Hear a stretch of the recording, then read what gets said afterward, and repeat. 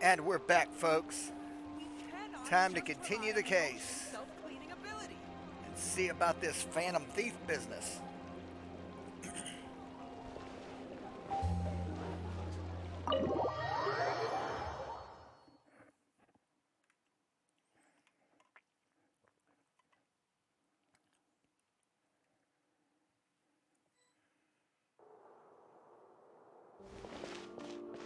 This must be the guy we're meeting.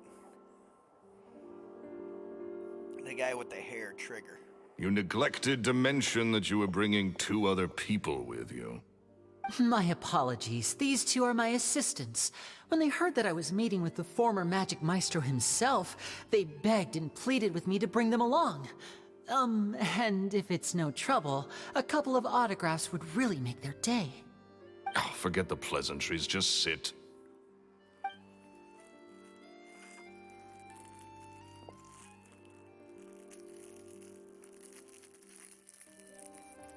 Get a load of this guy. Forget the pleasantries, he says, but he looks pretty happy about Lyney stroking his ego. I only agreed to meet since we're both magicians. Do me a favor and cut to the chase. I have more important things to do than drinking. Much obliged, sir. As it happens, the matter I want to address is also related to magic. Yesterday morning, a warning letter from the Phantom Weasel appeared on the entrance to the Opera House. He claims to be planning something for the same evening that I'm scheduled to do a magic show there. As such, I believe that I may well be his target. I have to get to the bottom of this to ensure that my show can go ahead as planned. Naturally, any investigation into the Weasel starts with a few questions about Caesar, who... What is there to investigate? Caesar was the Weasel and he's been dead for 10 years. So what if some sick creep thought it'd be funny to write a warning letter? It changes nothing. Are you trying to tell me you actually bought it? Please, sir, no need to get so worked up. I do concede that a copycat is but one possibility. Possibility? It's a fact, Lyney. Look, my patience is limited, so listen carefully while I'm still willing to put up with you. The Weasel is dead. Period. Everyone knows that, so do yourself a favor and quit this investigation. It'll lead you nowhere. Look, if this affects your magic show in any way, I will personally compensate you for any losses. Oh, sir, I'm honored, really. But this isn't about finances for me. My pride as a magician is what's at stake here, Lorenzo. Copycat or not, this person has thrown me the gauntlet, and I must meet their challenge head on. Your pride? Don't mince words with me, boy. Just tell me, what exactly are you seeking to do?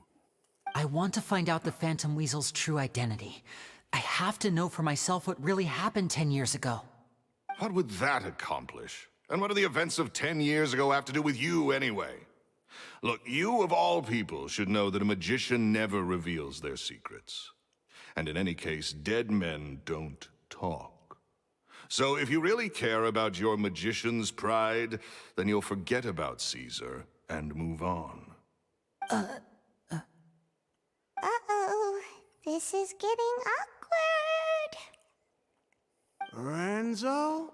Is that? Oh, it is you! I know that big, booming voice anywhere. What's up, my man? Want to grab a drink with me? Another day, I'm busy. Oh, come on. You can't be all business all the time. You know what they say? Live fast, die young. You gotta learn how to kick back and relax once in a while. If I wanted your life advice, I'd ask for it. Now get out of my face and go be drunk somewhere else. Sorry, my good sir. I don't believe I've had the pleasure. Oh, hey! Edmondo. He and I are business pals. We worked together a bunch of times. This is your first time meeting him? Oh, he's always like this.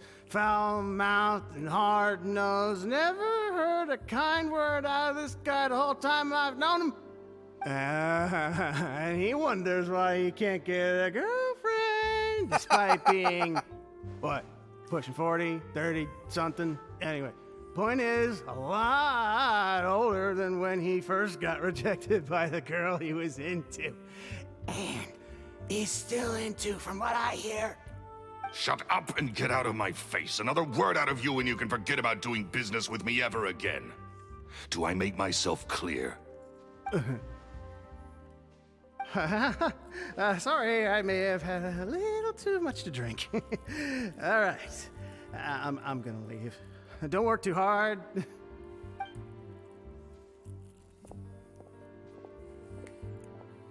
I think it's high time I made a move as well. If you really want to investigate this, Lyney, be my guest. But if nothing good comes of it, don't say I didn't warn you.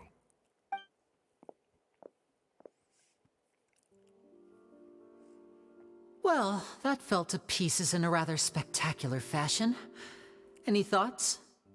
Totally. And what was all that about compensating you for your losses? Why would someone you just met make an offer like that? He's gotta be hiding something. And not like Gemma. She was a little suspicious, but this guy's definitely covering something up. I think so too. We need to look into Lorenzo more closely. That guy Edmondo seems to know a thing or two about him. He only just left. Let's see if we can catch up with him.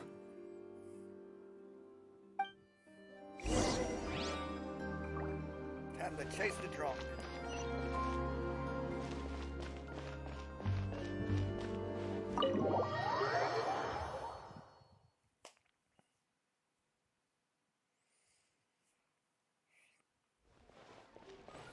There he is.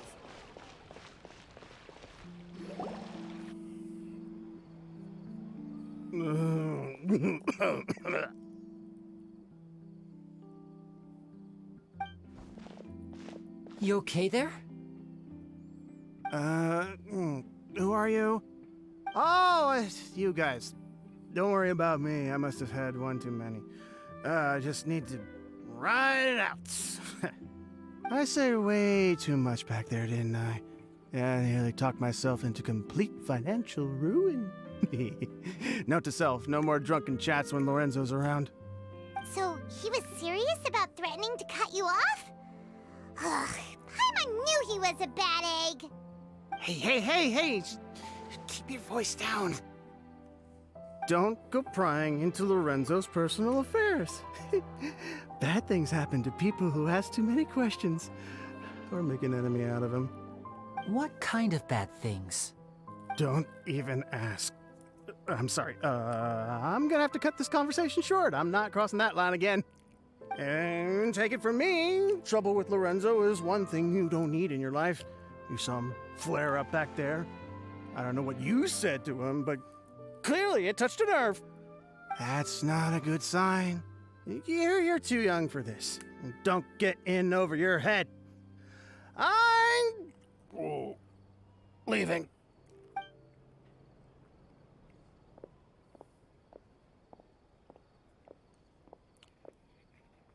And there he goes. What do we do now, Lyney? Shh. I think we're being watched. Someone was listening in to our whole conversation. Don't say anything and don't look back. Any altercation in the city will attract the guards. We'd better take this elsewhere. Indeed.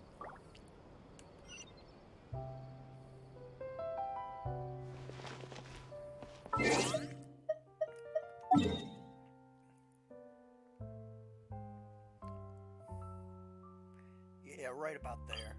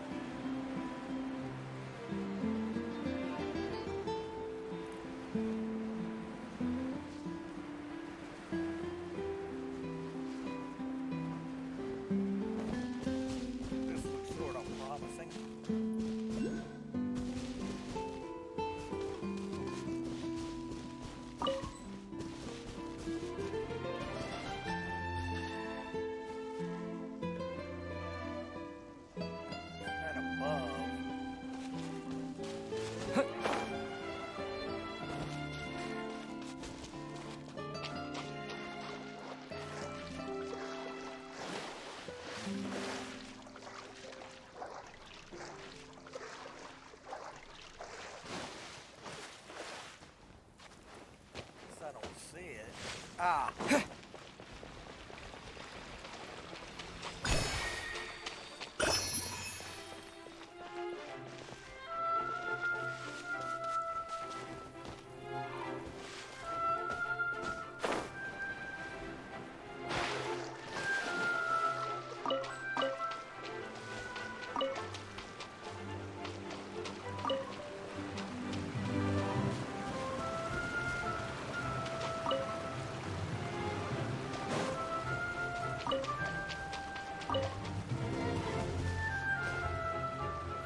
Huh.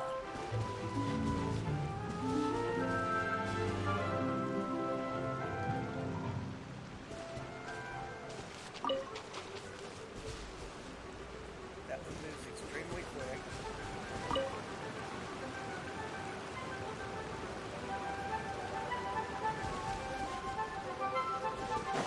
I get it. This one. This one.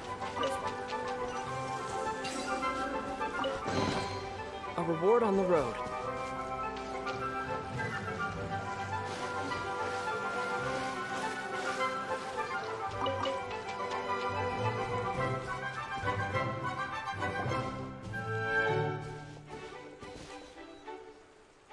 You followed us a long way.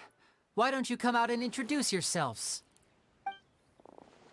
So you're Lyney. And where's your sister? Ain't she with you today? Save us the trouble and go fetch her for us. Let's not drag this out. Hyman doesn't like the tone of your voice, mister! Who sent you, huh? Save your questions, missy. You ain't gonna need answers where you're going. Capiche? Looks like we can't avoid this fight. Now, I'm not the strongest fighter, so I hope you're ready to back me up. Why not? Don't worry, we got this!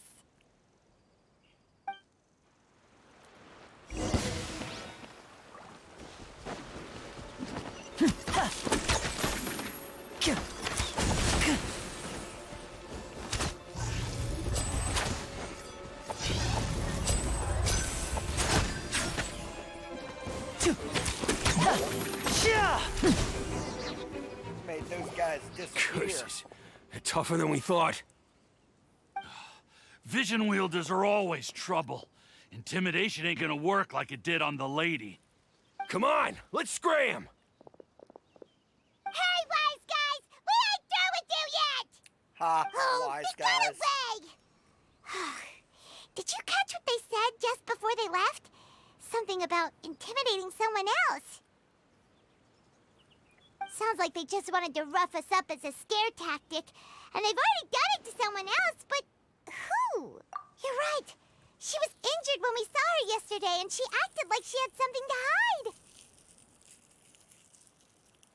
Maybe she was too scared to tell us the truth because those guys had threatened her. Well, if that's the case, she should be more willing to open up to us once she learns that those thugs won't be bothering her anymore. Let's head back to the cafe and see if we can get any information from her.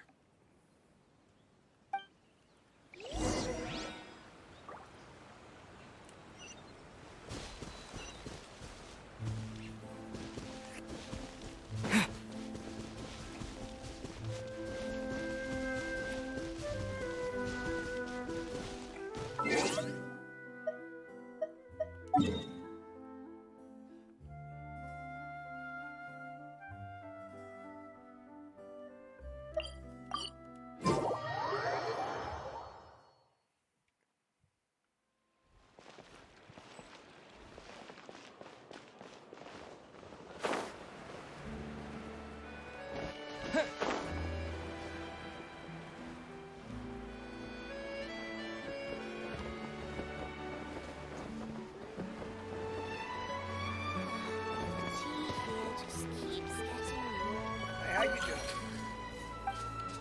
Do you have any, no.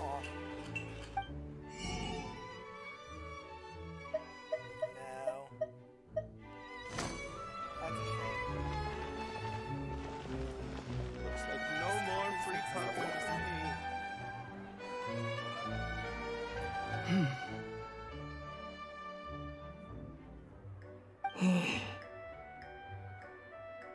see y'all are getting along.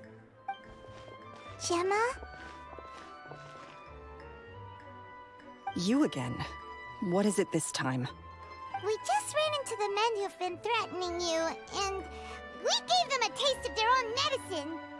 So, you can relax now. We're here to protect you. What? Why? I didn't tell you anything. Why would they come after you? Sounds like they're no strangers to you. That's putting it mildly. I know them all too well, and I hate them with every fiber of my being. It's been 10 long years, and still every time I try to look into Caesar's death, they show up and warn me not to do anything stupid. How do I know I can trust you? Do you really think you can get to the bottom of it all? And why are you doing this?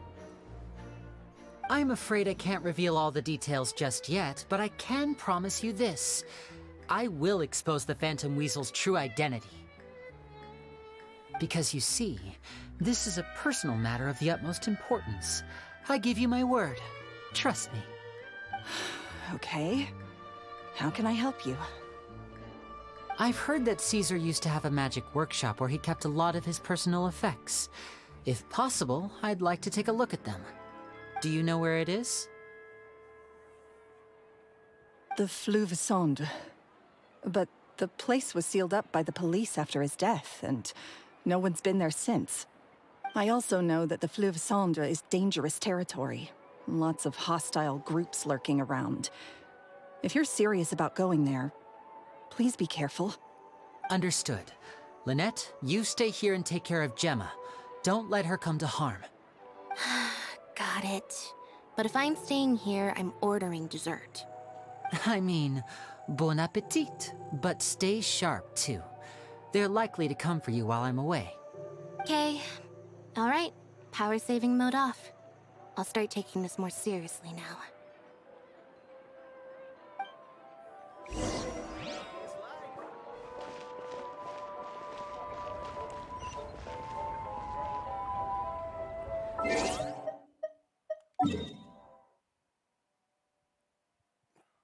Okay.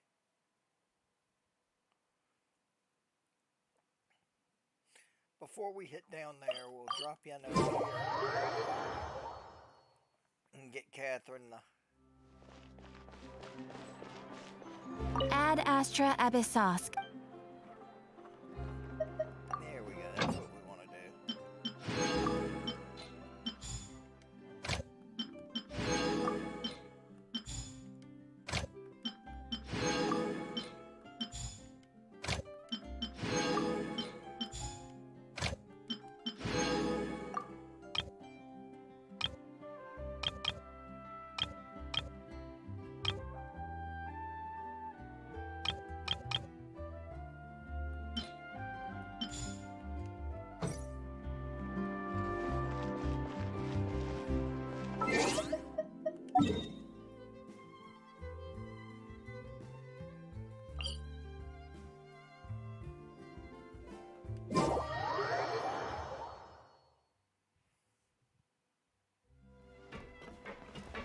This way.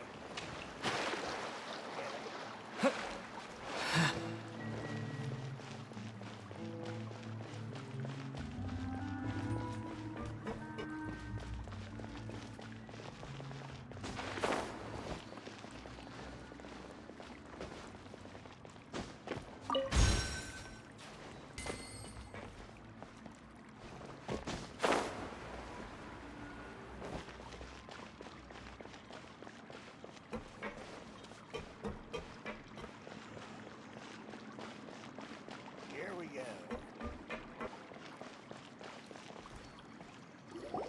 If Gemma gave us the right location, then the workshop should be right nearby.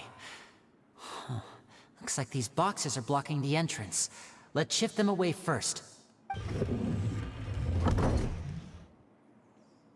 There we go. It should be just down here.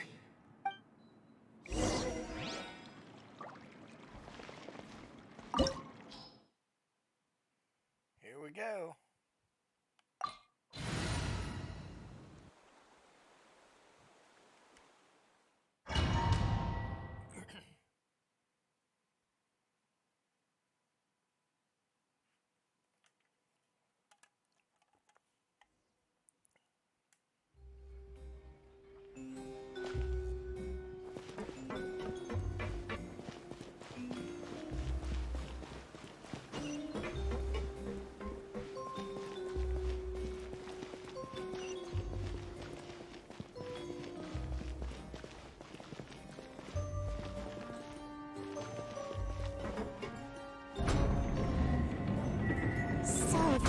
Caesar's workshop. Nothing suspicious here, just normal magic props. Let's head in further.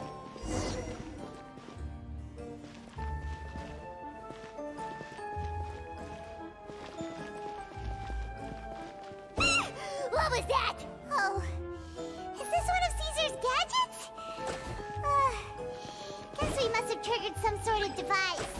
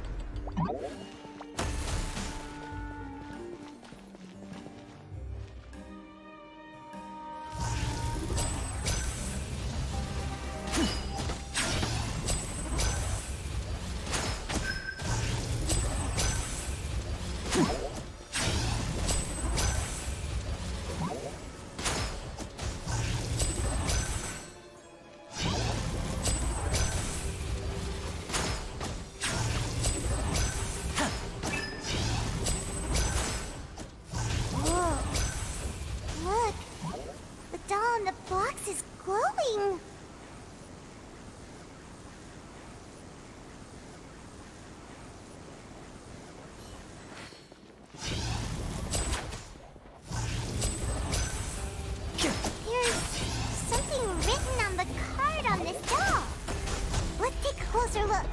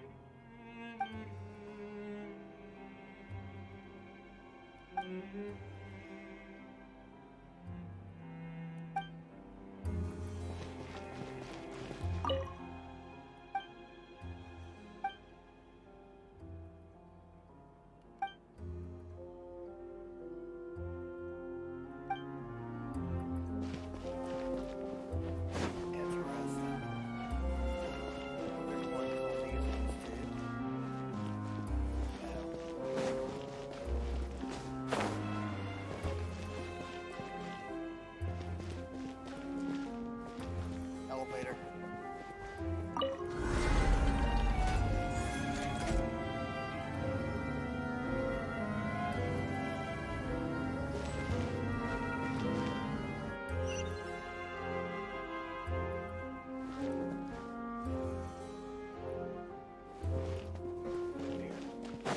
Looks like we've reached the end of this route. Shall we try a different one?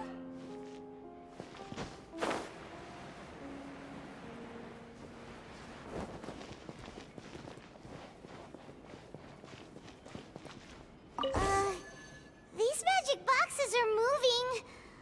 What do we do? One of them looks different from the rest. Let's investigate.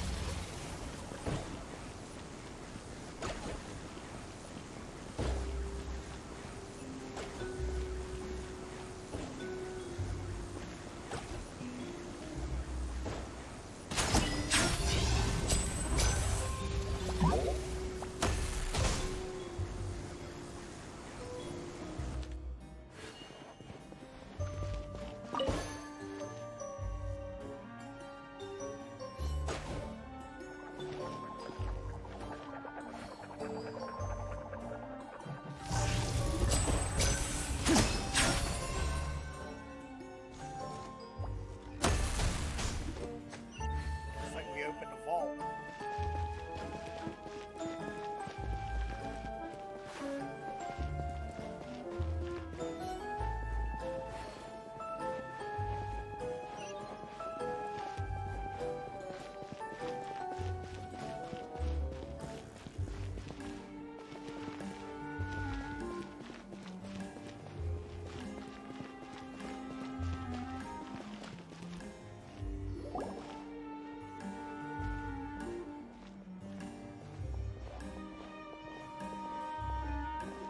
That's weird.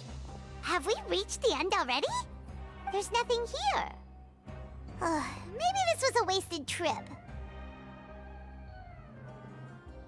This place seems a little too ordinary for a magician's workshop. There's a distinct lack of mystery. We've triggered quite a few devices on the way here. I'm starting to wonder whether Caesar built this whole place as one big, elaborate magic contraption. If so, then there must be more to this place than meets the eye. Maybe a hidden room somewhere. Aha! If I just move this book, then hopefully... And... presto! A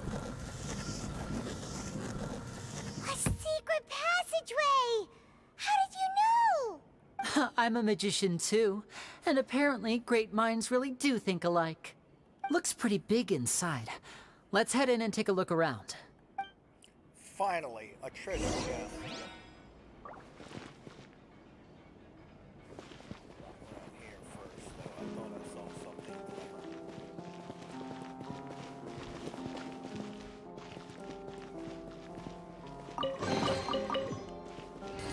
like this is where we came from. Yeah. Oh, no, it's not. But...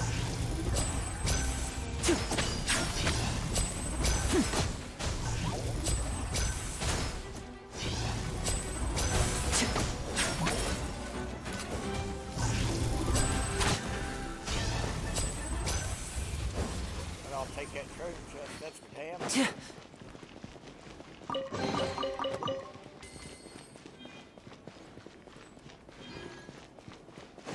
head back down. See if we spot anything else. That's where that treasure chest was.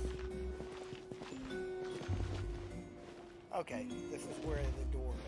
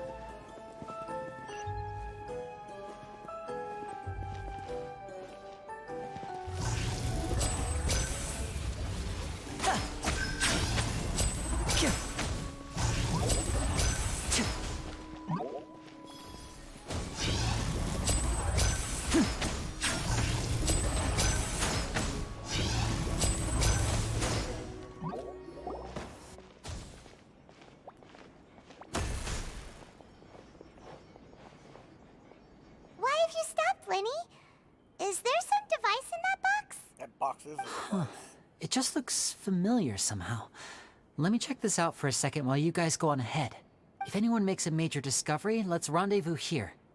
All right, see you in a bit.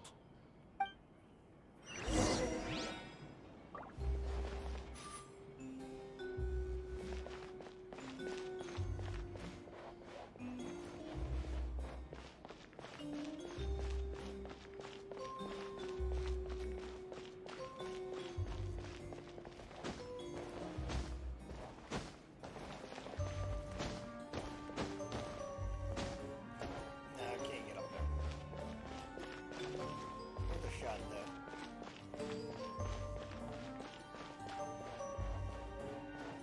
So I'll get the treasure chest and such.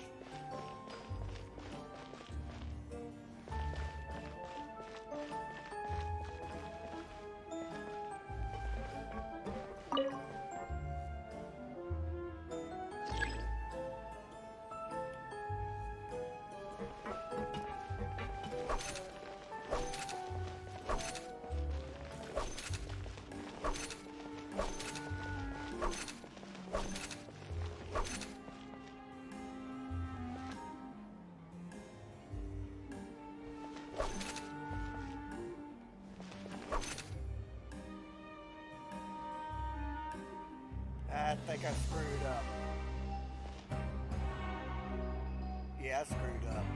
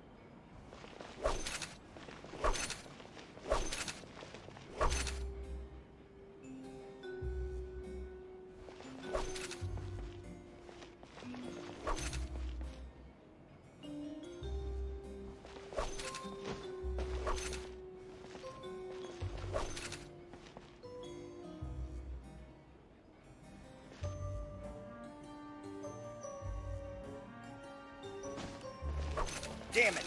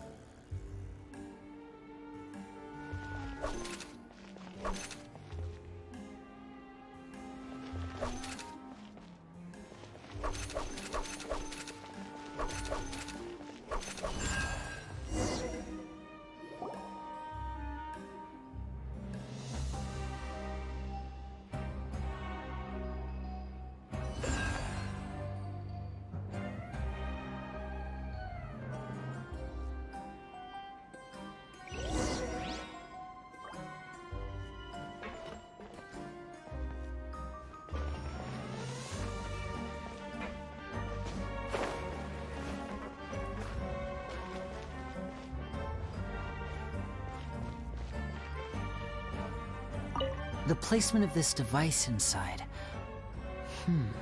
If I remember correctly...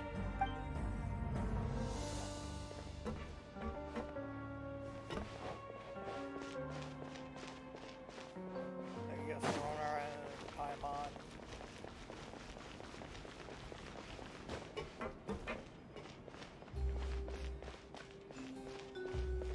Wow! There's a hidden room here! Let's see!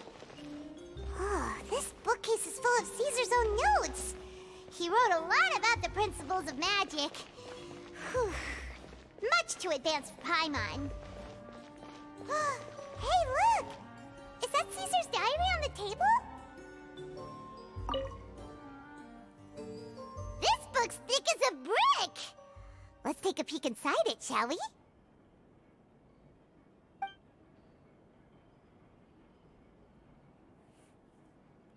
At one of my shows a few days ago, a child asked me how I pulled candy out of my hat. As a joke, I told the kid that the hat has a built-in wish-granting machine.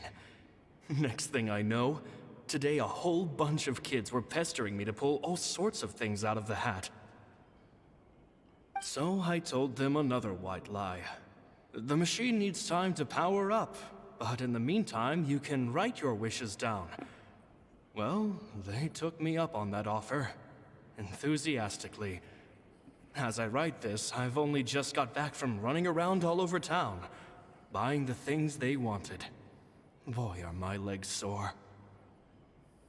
I wound up saving very little this month, but that's not a major issue.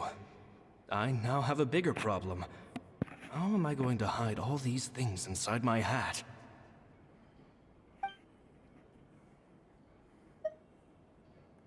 Two children came to talk to me after today's show. I don't know why they were out on their own. They looked much too young to be unsupervised. I do hope they got home safely. Anyway, they said that they wanted me to teach them how to do magic. It's not uncommon for children to ask this, of course, but I've never seen any of them as serious about it as these two. I told them that learning magic is very hard work. But that didn't faze them at all. It's like they already knew. They seemed so committed. I couldn't turn them down.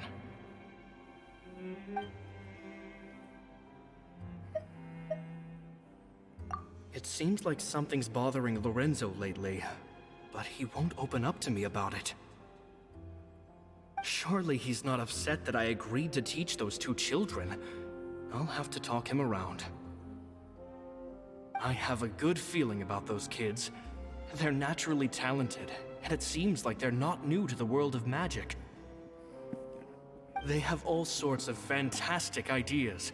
All I'm really doing is helping them develop a more professional standard training plan. They wanted to call me Master, but I told them they absolutely mustn't.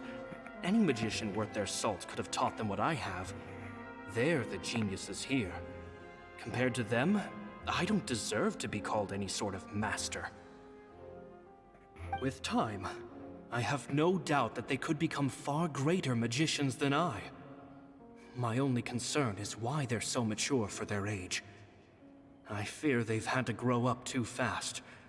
I don't dare to imagine what they must have been through. Gemma thinks so too. She doesn't like being around them. Says that their eyes are too piercing. They don't bother me, but then again, I've never been the sharpest tool in the shed.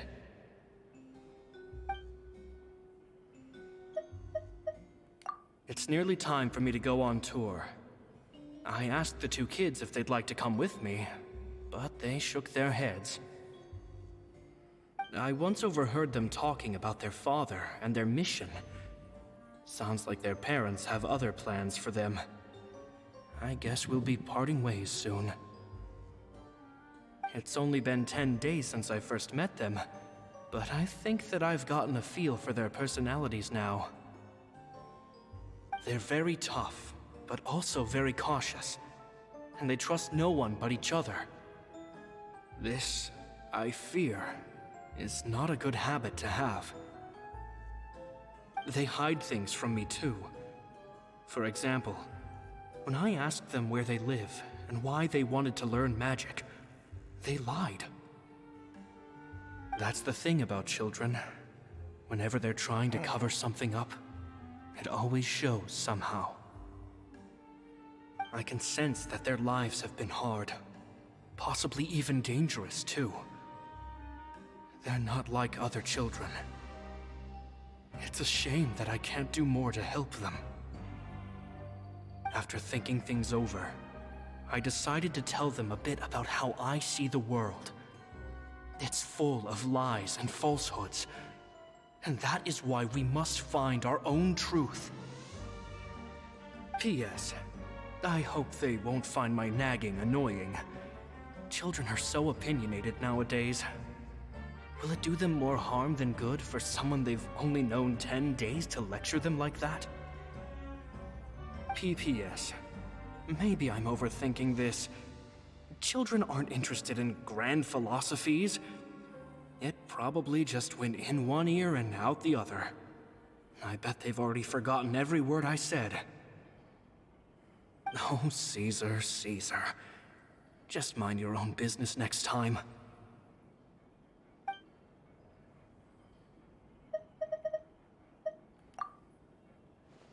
Two magic geniuses with a father and a mission, huh? I think we know who they're talking about. Sounds a lot like he was writing about Lyney and Lynette, don't you think? So did they meet Caesar when they were kids? Let's go ask Lyney!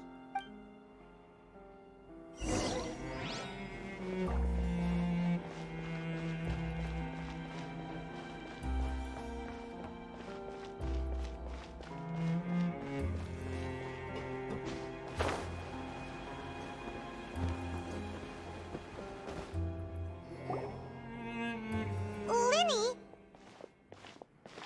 Shh, hold that thought. As I expected, there's a lot of fishy things going on in this place. Fishy? Uh-oh, what have you found? All in good time. Before we go over our new leads, I want to tell you how a high-altitude escape is performed. First, the magician slots themselves into a magic box in full view of the audience. The box is then suspended high in the air, and a short while later, the base automatically opens. At this point, a dummy will fall out of the box, but it looks real enough to grab the audience's attention, and they start wailing and screaming. Meanwhile, the real magician, who has by now blended into the crowd, waits for a good moment to make their appearance and put on a hysterical performance. Oh no! Is that me? Did I just fall to my death? Very vivid description. Paimon can really picture it. And then what? The audience's gaze then turns to the magician, and by the time they realize what's happened, the dummy has vanished, as if everything that just happened was some sort of shared illusion. Of course, that's just how I think the process should work, theoretically speaking. The inventor of this trick never performed it successfully. When the box opened, Caesar was the one who fell out, and not the dummy. He fell right to the ground from the highest point of the opera house. No one could hope to survive that fall, not without a vision at least. And no one else has ever attempted this trick since. My understanding of how it works is just based on what I could gather from his notes and the relevant gadgets here in his workshop. So Caesar's famous high-altitude escape has never been done, huh? Paimon was about to say how cool it would have been to see it in person, but if it's that dangerous, it's probably for the best that no one else tries to do it. Wait a second. So if a dummy's supposed to drop out of the box, then where does the real magician go? How does he get out? He was never in there. Glad you asked. That brings us to the secret of said box. This box right here is the one that Caesar constructed himself to use in the performance, and it's not as simple as it looks. Inside, there's a device that only the magician himself would know about. Once the magician's inside and the box is lifted up into the air, the audience's view of the box is fixed at a certain angle. From where they're standing, they have a clear view of the front, sides, and bottom, but the back and the top are now no longer visible. At this point, the magician presses a button inside the box, opening a secret door out of view. He then escapes through this trap door onto the opera house roof, waits for the dummy to fall and distract the audience, and quietly returns to ground level. That's way simpler than Paimon imagined. Even Paimon could probably do it. Well, there's a little more to it than that, of course. The hardest part of this trick is controlling the audience's mood and reactions. That takes an exceptional degree of showmanship. There's the falling dummy, the miraculous reappearance, the pompous performing. Maybe the magician would even have themselves tied up before it begins to strengthen the impression that there's no escape. Many days and nights of careful research and painstaking practice would have gone into this, all culminating in a performance just a few minutes long, but one that still manages to transform the shock and grief of a tragic accident to the joy and laughter of a mesmerizing magic trick. Caesar was a highly accomplished magician, but unfortunately, even he didn't manage to pull it off. So, how did it go so wrong? You said you found some fishy stuff here. Have you figured out what really happened? I can make a pretty good guess. I looked into the case files. The magic box Caesar was using at the time of his death had the secret button I mentioned positioned on the right-hand side. And sure enough, he always used his right hand as his dominant hand in public. Okay. Nothing suspicious there. But here's the strange thing. Most of the devices in this workshop have the mechanism on the left-hand side, including this box right here, which leads me to believe that Caesar was in fact left-handed. Because a magician can't afford to have their most basic habits stand out too much. People naturally focus their attention on the most important details of the task or situation at hand. But a magician needs to be able to redirect an audience's attention at will, so as to avoid arousing their suspicion. The essence of magic is getting people to believe a lie. If even the truth raises eyebrows, the falsehoods become all the more difficult to mask. And so, Caesar trained himself to use his right hand to align with his audience's expectations. Great magic always requires sacrifices. But in his most stressful and nerve-wracking moments, and when no one was watching, reflex would kick in and he'd use his left hand. That's why he set his gadgets with the mechanism on his left. Exactly. I think that's likely what happened. Caesar would have been under a lot of time pressure during the escape. He'd have had mere seconds to open the hidden compartment, retrieve the dummy, then open the secret door and make a swift escape. But I'm sure he was confident. He would have rehearsed countless times to the point where it was second nature. He'd barely need to think about what he was doing because muscle memory would guide him through. So he opened the compartment, took out the dummy, checked everything was in order, and then went to leave. With his left hand, he reached for the button, and suddenly, his heart skipped a beat. It wasn't there. Much like when you reach for your keys but find your pocket empty, his mind needed a moment to process what was going on. Instinctively, his left hand would keep feeling around for the missing button, maybe for another second or two, until the bottom of the box gave way. With the stakes being as high as they were, just a 2-second delay cost him everything. The authorities would find nothing suspicious and conclude that his death was due to his own error. When in reality, someone switched the boxes, and they did it to murder him. But how would they be able to make the switch without being noticed? That would be difficult to pull off, no? Not for an assistant. It would have to have been someone who knew that he was left-handed, and who could move his props around without arousing suspicion. Someone who was always by his side. Isn't that right, Lorenzo? You just couldn't let sleeping dogs lie, could you? There's not a lot of people who'd go to all this trouble for some magician who died 10 years ago. I didn't want to have to do this, you know. Silencing you the hard way just creates more problems for me to deal with. But I gave you your chance. I hoped you'd do what's good for you and back off like the lady, but you disappoint me. You mean Gemma? So you are the one who's been threatening her! Yes, although however stubborn she might be, she was never much of a liability. But you people, you never even knew him, but for some reason you just wouldn't drop it. Which is why you can't leave this place alive. Take them out, and make it quick. Do your worst! Here we go.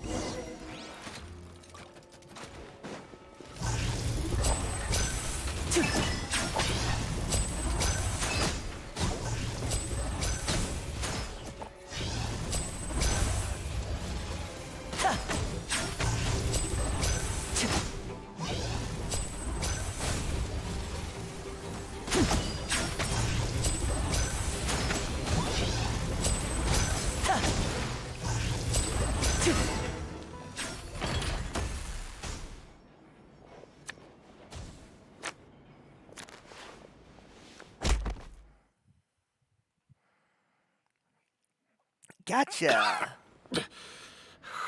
You kids are tougher than you look. Had enough yet, Lorenzo? Your cronies can't help you now. I think it's high time you started talking. And what I'd really like to know is, why did you murder Caesar? If I had a mora for every time you said that man's name. Of course you idolized Caesar, everyone else did. But I was the real genius magician. Me! He was just an amateur who did cheap tricks for gullible children. I was the one who made magic into the fine art it is today. The aristocrats doffed their hats to me! So it was jealousy. Jealousy. Hatred, more like. I hated Caesar. All he cared about was his magic. He lived and breathed it. He poured everything into his street performances and his stupid tours like it was just a hobby to him, never bothering to think about Mora. What sort of fool devotes their life to the art of deception and never has a Mora to show for it? But the people loved him, didn't they? Oh, how they looked up to him. No one gave me a second look. All I ever heard was, "Oh, your master's amazing, isn't he?" Amazing. Yeah, so amazing that he was completely broke.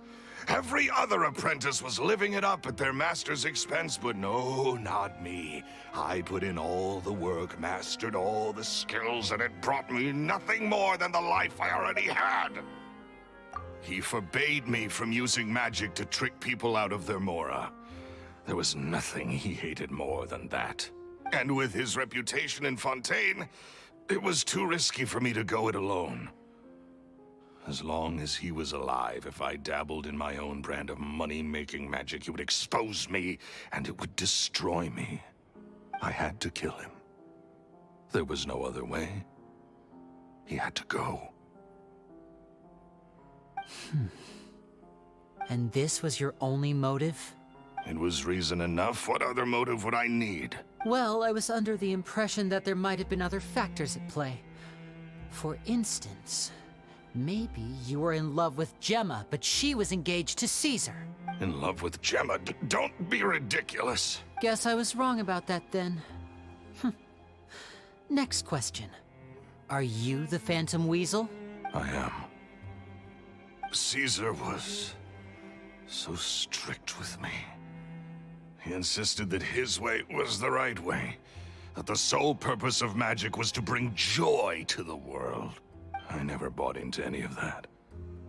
I was more interested in the practical value of magic. Sure enough, it helped me fill my pockets with all kinds of valuable treasures. Oh, yeah! Charlotte told us that the weasel would steal whatever people valued, no matter how much it was worth. That's just how it looked from the outside. What would any thief want with second-rate loot? I've only ever targeted high-value items. I stole cheap things as a way of practicing my craft.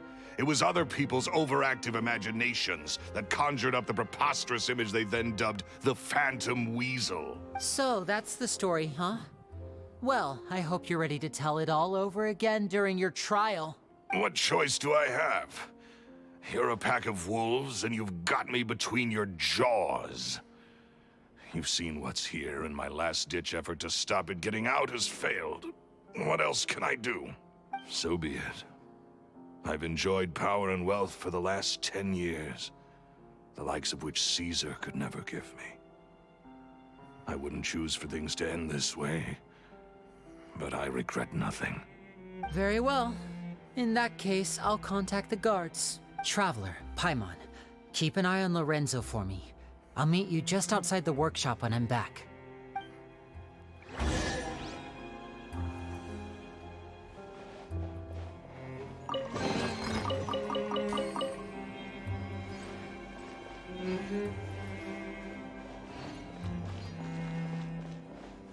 At least I can finally stop looking over my shoulder now.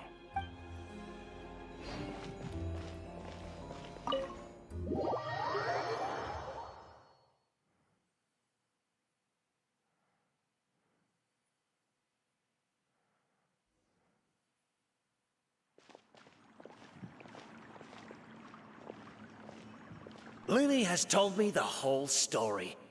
Lorenzo, do you confess to the murder of Caesar and to framing him for the Phantom Weasel's crimes? Look who's finally developed a conscience. What kind of disciple murders their own master? I hope it was worth it, because there'll be hell to pay.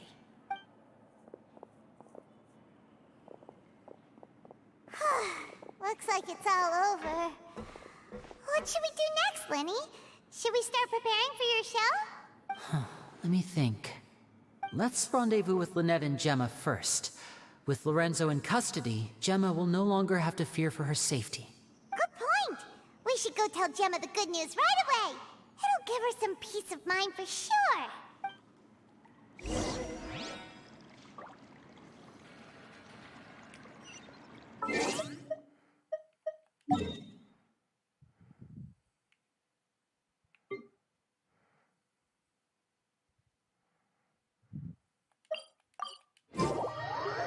Let's go see him.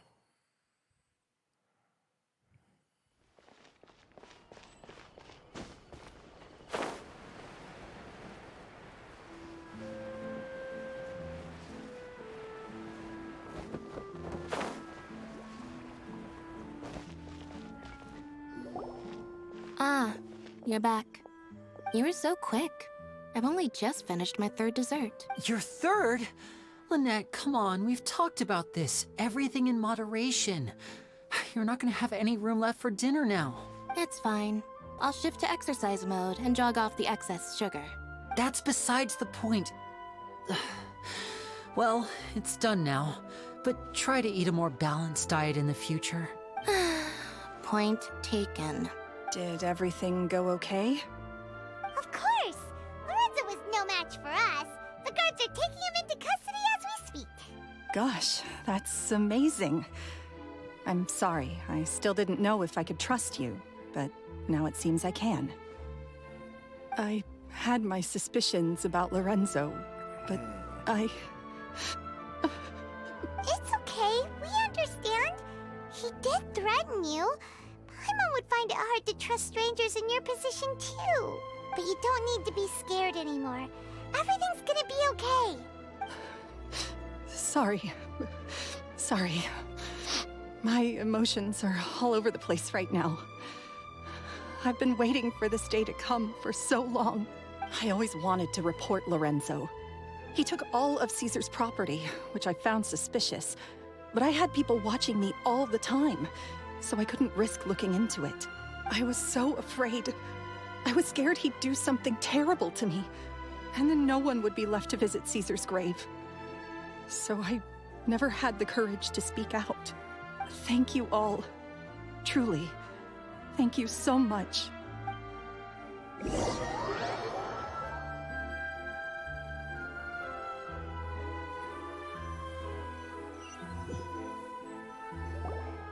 Thank you all for clearing Caesar's name. I never would have guessed that Lorenzo was the real Phantom Weasel. He never showed any signs that there were problems between him and Caesar in public. From the outside, it looked like they got along great. And to think that lowlife's been living life to the fullest all this time, while Caesar's name was getting dragged through the mud. It's a travesty. At least his soul can finally rest in peace now, thanks to your efforts. If only I'd realized before it was too late. Don't blame yourself, Gemma. This isn't your fault. Yeah, you still have the rest of your life to live. Caesar wouldn't want to see you spending it feeling guilty. Cheer up, Gemma. My brother's doing a magic show at the Opera House tomorrow evening. Would you like to come along? It might raise your spirits. This show will be a special one. We're holding it in Caesar's honor. In Caesar's honor? Really? Oh, thank you. I'll be there. Great. We'll see you tomorrow evening. Traveler, Paimon, don't be late. Don't worry, we'll be there. No way are we gonna miss out on a free magic show. Wait, Paimon feels like we're forgetting something. Oh yeah, Caesar's diary! We never found out if the two kids Caesar taught magic to were Lyney and Lynette or not.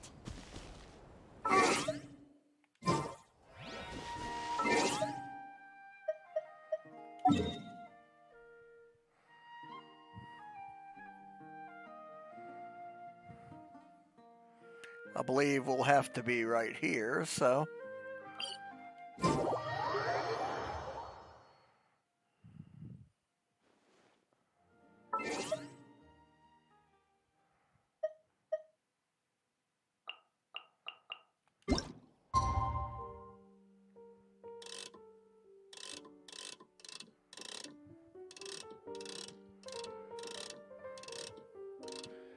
Right about there, I think.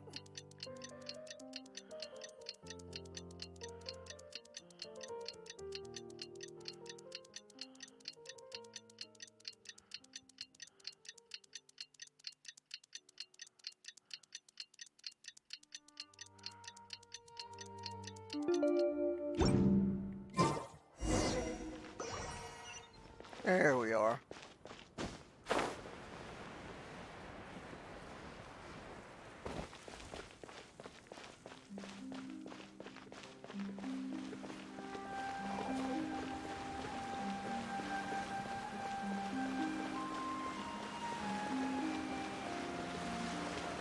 Let's go see a magic show.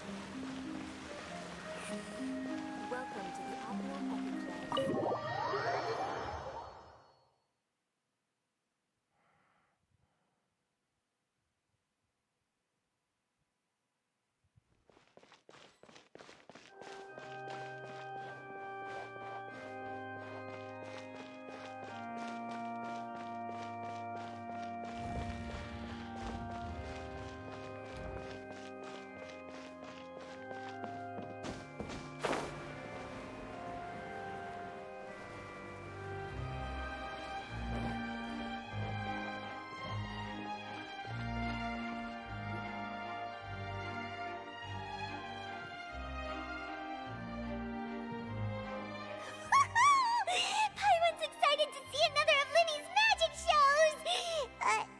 Wait. Lynette, shouldn't you be on stage by now? Not this time. My brother's going solo today. So, I'll be watching with you. Good evening, ladies and gentlemen. I hope everybody's ready because the show is about to begin. The great magician Lyney has prepared a spectacular show for us all tonight, concluding with an all-new grand finale that no audience has ever seen before. Wow! A new trick! Thank you all so much for coming. Now, prepare to join me on a journey through the mystical and miraculous.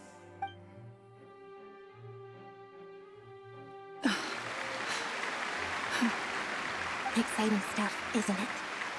Yes, it's just... It reminds me of him. No wonder. Caesar was a famous magician too. So, how did you two first meet, Gemma? Well, I was out on the street once, and I saw him performing for little children. Children love magic, because they're willing to believe in things that can't be rationally explained. Caesar had this amazing way of bringing them into a dreamlike world. And somehow, I felt drawn to him too. So I went up and asked him to do a trick for me. Aw, that sounds so romantic. What trick did he do? It was with a flower. He took it in his hand, snapped his fingers, and it magically appeared on my head. I was so happy that day. No one had ever given me a flower before that. Oh, that's so cute! Actually, now that you mention it, Lyney's done that one before. Is that right? Then I suppose he's a romantic at heart, just like Caesar. So let's treasure the time we have with him. After all, you never know when the people dearest to you might be gone. That's right. It's all over now. Paimon doesn't really know how to comfort you, but at the very least, no one's gonna be intimidating you from now on. You can breathe easy at last, right? Right. Yes, you can breathe easy now, Phantom Weasel. See? Even Lynette says... Wait, what? The Phantom Weasel? Lorenzo escaped? Where is he? What do you mean, Phantom Weasel? As Lyney once said, a performer's job is to commit fully to their role and put on a flawless performance for their audience. But once the bag of tricks is empty and the curtain falls, it's time to end the show. The spotlight is no place for someone with no more cards up their sleeve. It's been 10 years, Gemma. Aren't you tired of the grieving widow act? I think it's time to put an end to it. What are you talking about? Paimon doesn't like this riddle. Traveler, Paimon doesn't like where this is going. Come on, say something! Ladies and gentlemen, I hope you're all enjoying the performance so far. There will now be a brief intermission, after which Lyney will perform the most electrifying act of tonight's show, the one we've all been waiting for. The final performance will take place outside of the Opera House, so please make your way outside in a calm and orderly fashion. The Phantom Weasel never did like public places, did they? Don't worry, this place will be quiet soon. Let's talk somewhere else for now.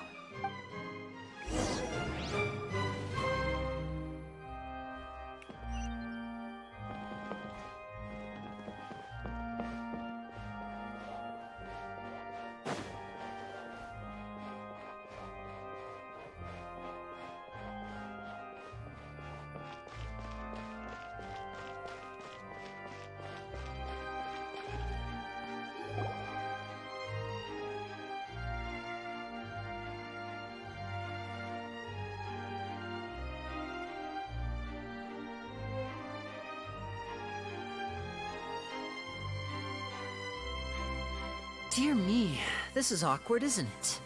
And unfortunately, I'm all out of gadgets, so I'm afraid I can't do any tricks to liven up the mood. This is a big mistake for a magician to make, but thankfully, I do have a backup plan. Now, who wants to hear a story? Lyney, don't we have more important things to address right now? Lynette accused Gemma of being the real Phantom Weasel a moment ago. Oh, what the heck's going on? All in good time. Magicians are good at guessing what people are thinking. I know the questions you want to ask. And as it happens, the story I'm about to tell might answer a few of them. Really? Well then, let's hear it! Paimon's dying of curiosity here! Let's go back to the very beginning. A decade ago, when the Phantom Weasel was terrorizing the court of Fontaine. She never missed a target, never left a trace, and no treasure was safe from her thieving hands. But as her infamy grew, so did the readiness of the police, and her opportunities to act became ever fewer. Every day, she ran the risk of being exposed for who she was. Of course, she could not simply take this lying down, and before long, she found her ticket to freedom. She would create a scapegoat, a false weasel to close the chapter on her behalf. After weighing her options, she set her sights on a renowned magician, Caesar. After all, magic and theft shared enough similarities for people to buy the story when the truth came out. So then what? Being the master deceiver she was, the weasel easily earned Caesar's trust. Now, all that remained was to frame him for her countless crimes. But as she was considering how to make her move, she noticed Caesar's aggrieved pupil, and a new thought entered her mind. Maybe I don't need to get my hands dirty after all. At her encouragement, Lorenzo tampered with Caesar's magic box, causing him to fall to his death. Afterwards, Lorenzo seized his master's property, and the weasel set about tarnishing Caesar's reputation. Two co-conspirators committed the perfect crime.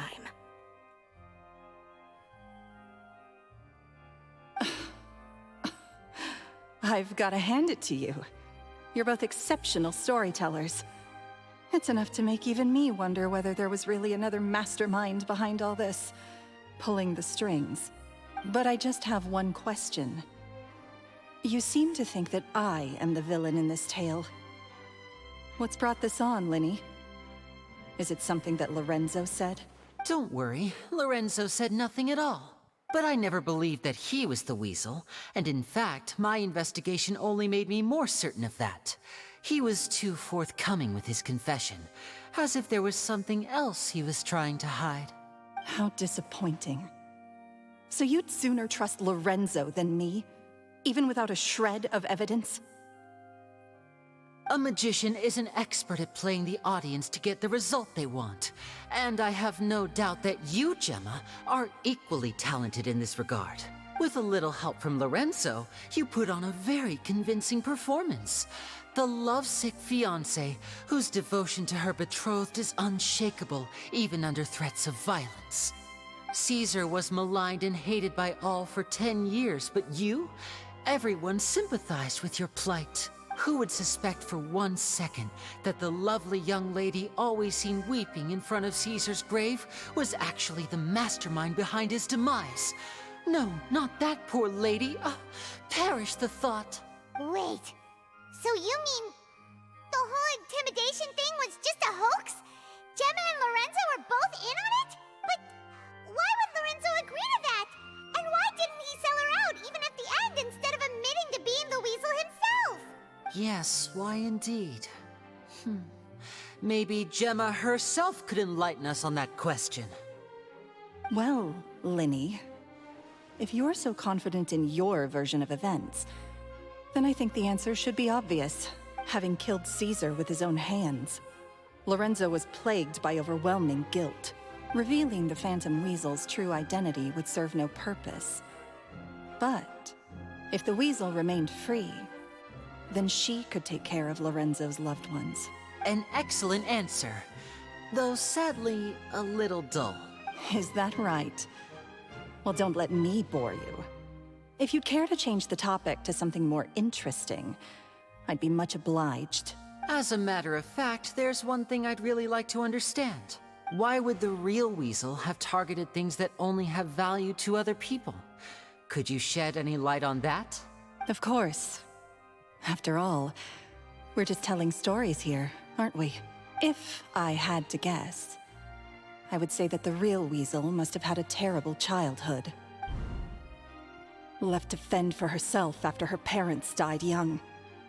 Betrayed, scorned, beaten. She'd scrounge waste paper from garbage bins to draw on, using twigs and dirt for lack of ink and pen. She'd sew ugly rag dolls from whatever scrap material she could get her hands on. This was her only source of happiness in life. But it was all she needed, and she was content.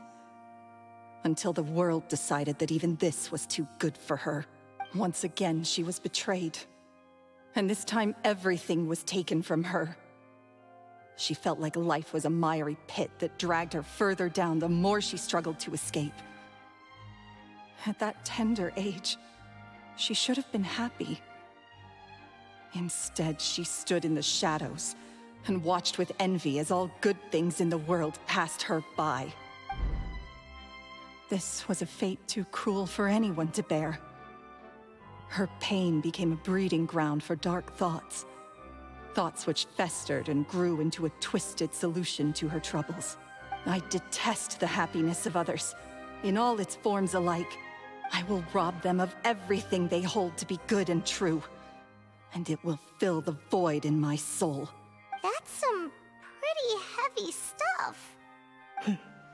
Now it all makes sense. Does this story satisfy you, Lyney?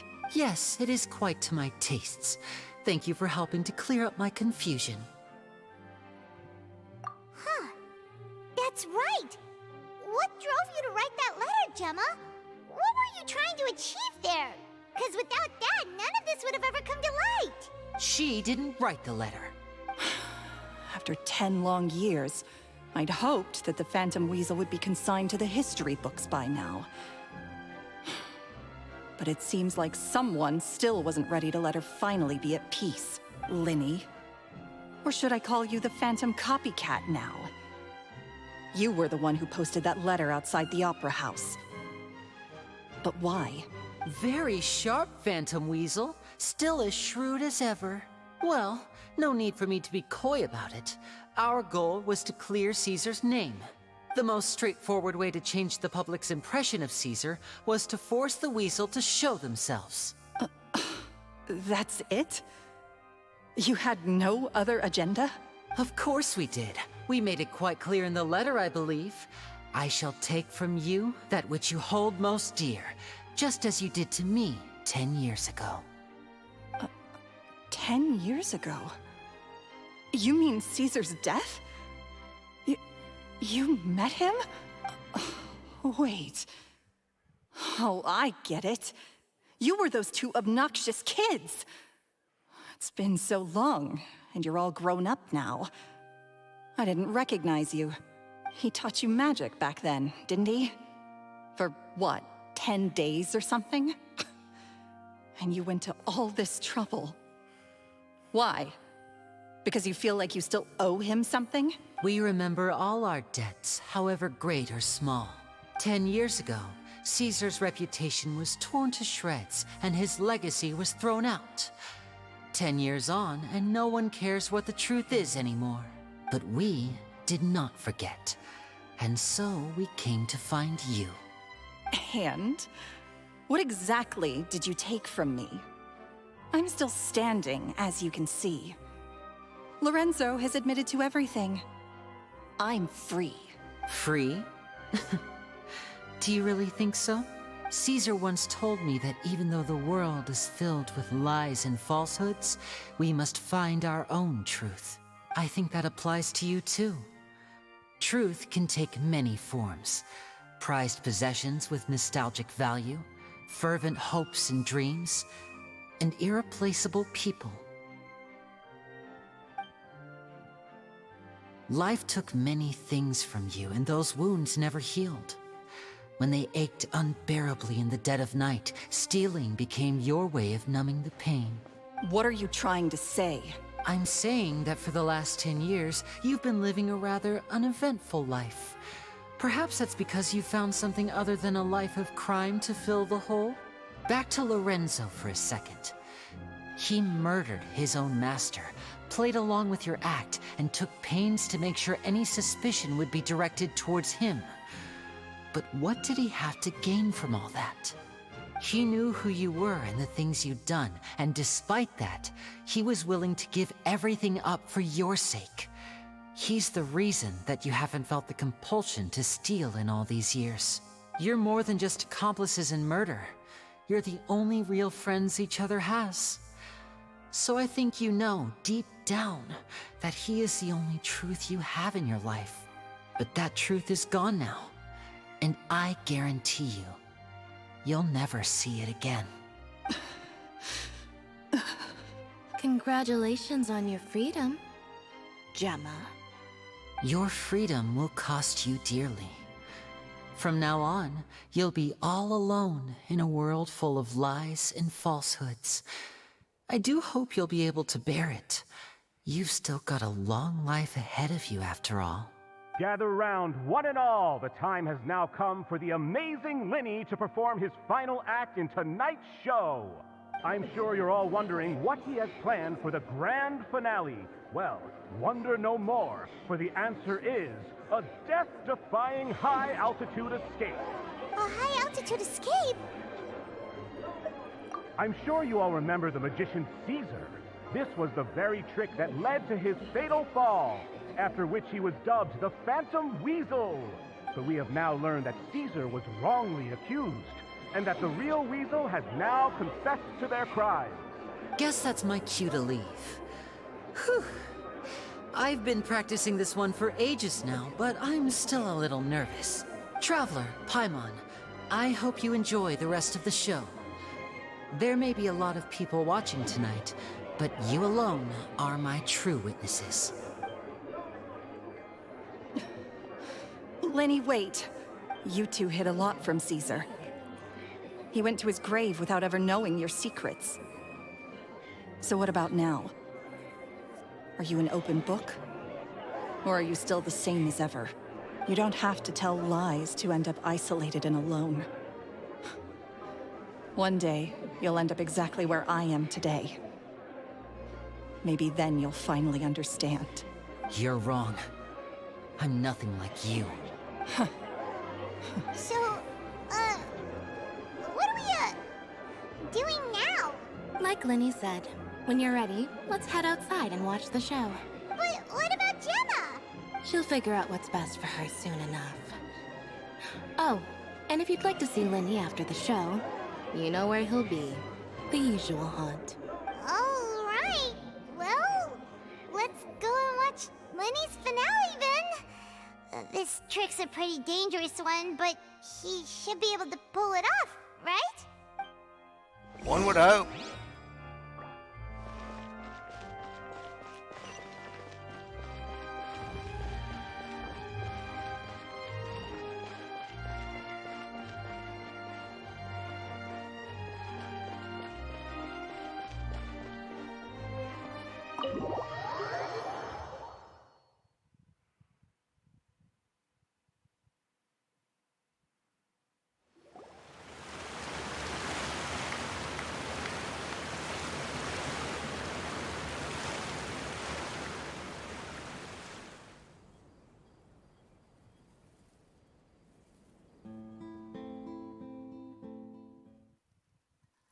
Magic should be mysterious, surprising, and defy logic.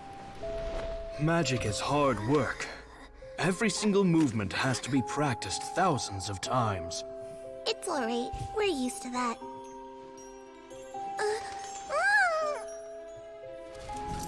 We're sorry. You've taught us so much, but we can't tell you the whole truth. It's okay. Do you still remember what I told you? This world is full of lies and falsehoods. I only hope that one day, you can find your own truth. What about you? Have you found your truth? Magic is my truth. I want to perform a magic trick so great that people will always think of me when they talk about it. For a magician, what greater honor could there be? Look! Behold! Lyney is sealed inside the box. Will he manage to escape? 10 years ago, Caesar attempted this very trick, and it was at this precise moment that...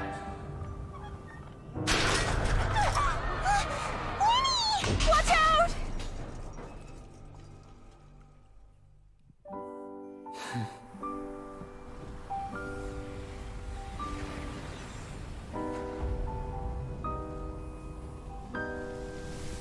Mysterious. Surprising. And logic-defying. Isn't that right? This honor belongs to you, Caesar.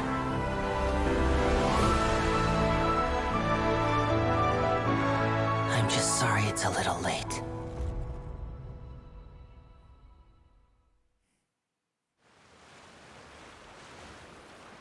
Did you see that? 1 minute he was falling, and the next, he turned into flowers. How could he possibly have done that? How mysterious. I didn't blink once. He just vanished, right in front of my eyes. What a heart-stopping magic show! This was really worth the trip.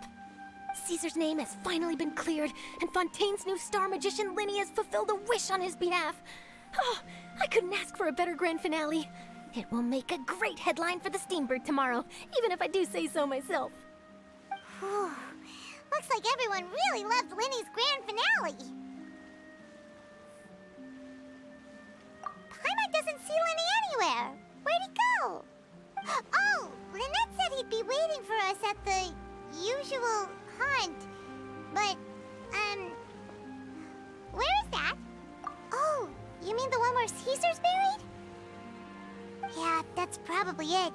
This whole magic show kinda seemed like Lyney's way of saying goodbye to Caesar. So it makes sense that that's where he'd be afterward. Alright, let's go look for him there.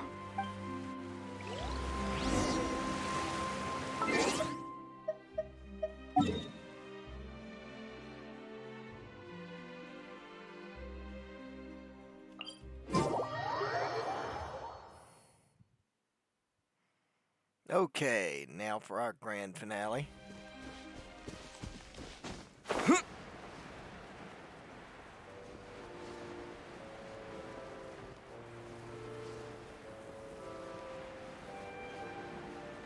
There he is.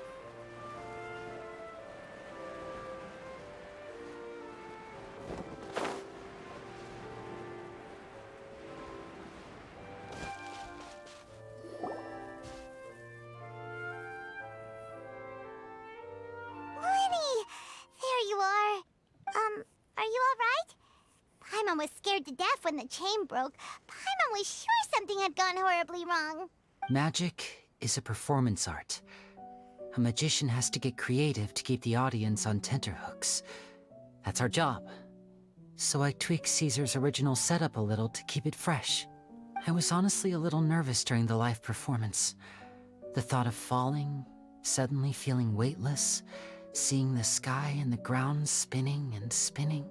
Sometimes, I can't help but wonder what Caesar thought in those final moments. Did he regret taking Gemma and Lorenzo on?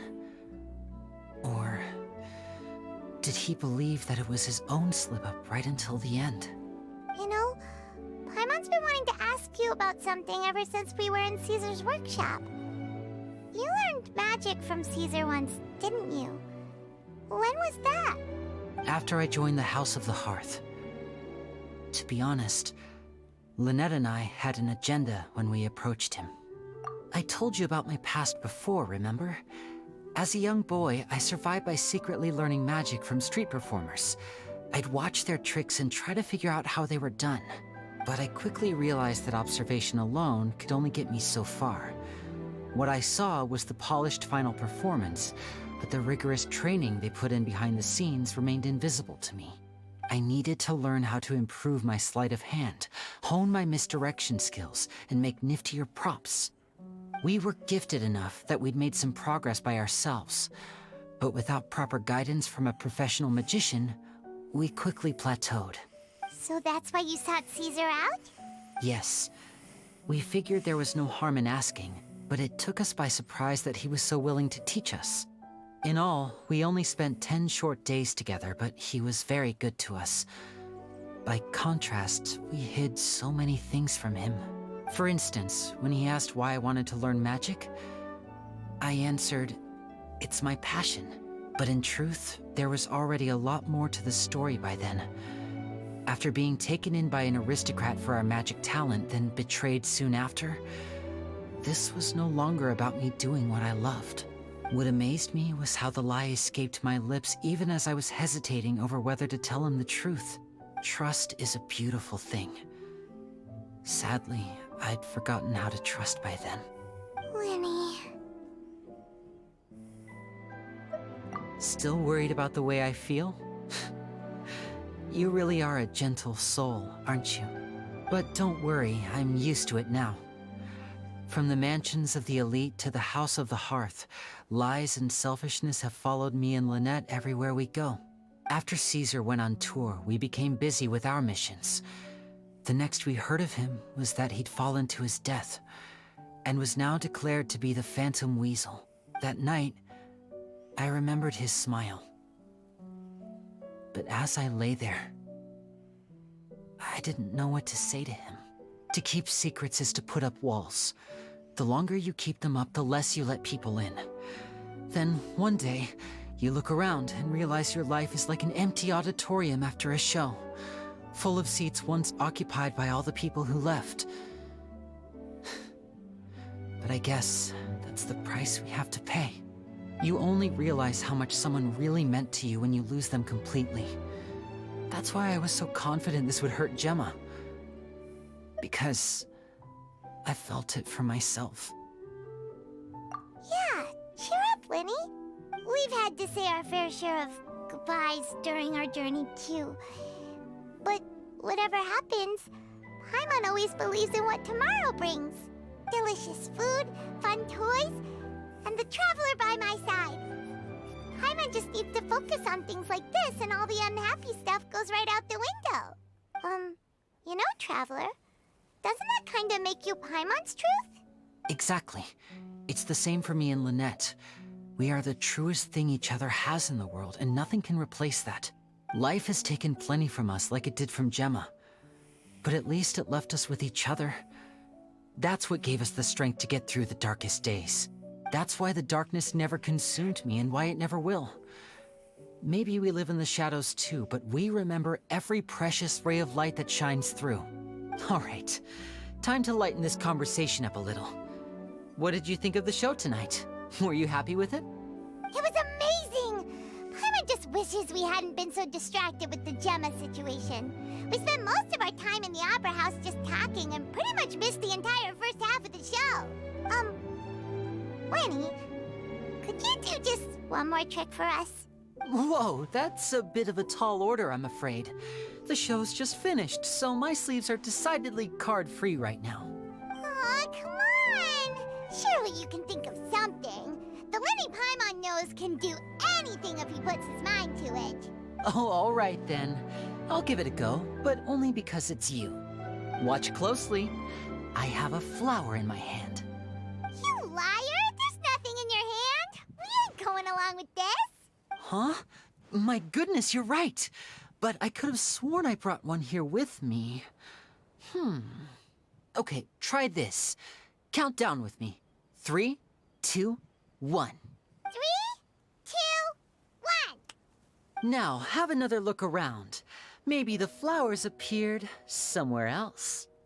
Really? Let's see. Wow, there it is! Oh, this is a different flower from the last time, right? This one's called, oh yeah, a rainbow rose. But more importantly, Paimon has to know how the trick is done. Please, Lyney, pretty please! Well, if you want to learn magic, you'll have to start by addressing me as teacher. Ugh. Fine. Please, teacher, please! Since you asked so nicely, I'll share one little tip with you. Namely, the student of magic cannot solely rely on others being prepared to reveal their secrets. You have to observe, think, and find the answers for yourself. Is that it? Look at the time. We shouldn't linger here too long. Thanks again for coming to see my show. I bid you both good night. I look forward to seeing you again. All right, fine. See ya. Shall we head back down too? Oh, Paimon can't wait to read The Steambird tomorrow. Paimon bets Lyney and Caesar will be plastered all over it. Let's head to the Steambird's offices tomorrow morning and see what we can find out.